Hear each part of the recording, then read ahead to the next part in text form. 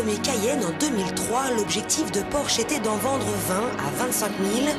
4 ans plus tard, ce sont pas moins de 150 000 Cayenne qui ont été produits. Un succès à couper le souffle qui permet à Porsche de rester l'unique constructeur indépendant au monde.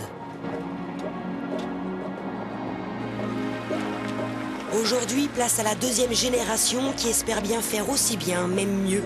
Ce nouveau Cayenne a donc plus de chevaux, plus de couple, il consomme moins, affiche un nouveau style propre à la marque et adoptera très prochainement un moteur hybride.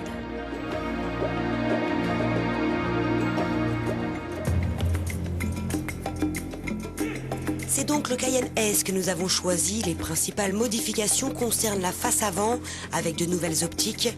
L'aérodynamique a été complètement retravaillée et améliorée, notamment grâce à un nouveau béquet de toit bien plus grand. Les sorties d'échappement sont mieux intégrées au bouclier.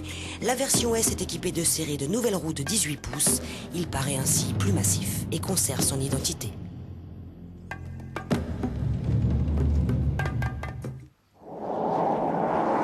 Le Cayenne reçoit donc de tout nouveaux moteurs dont les perfs sont en hausse et les consos en baisse, notamment grâce à l'adoption de l'injection directe baptisée DFI.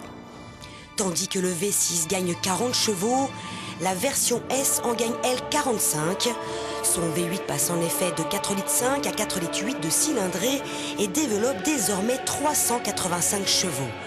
Notre modèle gagne aussi 80 Nm de couple et 10 km/h en vitesse de pointe pour atteindre 252. Le Cayenne Turbo, quant à lui, dispose désormais de 500 chevaux.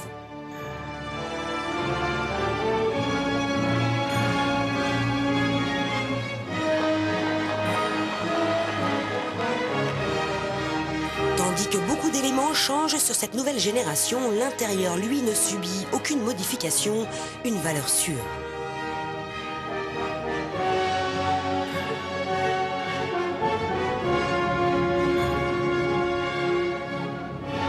Alors qu'en termes de comportement routier, le Cayenne était déjà le roi du bitume dans sa catégorie, Porsche est allé encore plus loin grâce à une nouvelle option baptisée PDCC qui a pour but de maîtriser le roulis. Bien évidemment, c'est réussi. Ajoutez à cela des freins encore plus gros, une transmission intégrale typée propulsion avec 62% à l'arrière et le nouveau Porsche Cayenne est d'une efficacité redoutable sur la route.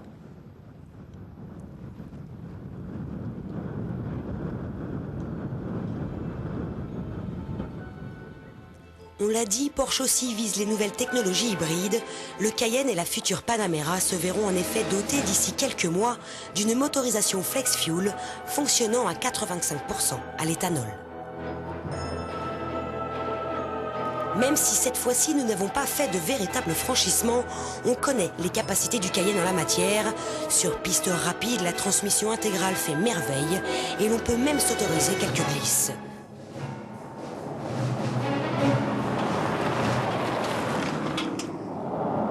Porsche n'a fait que perfectionner un modèle déjà sacrément abouti.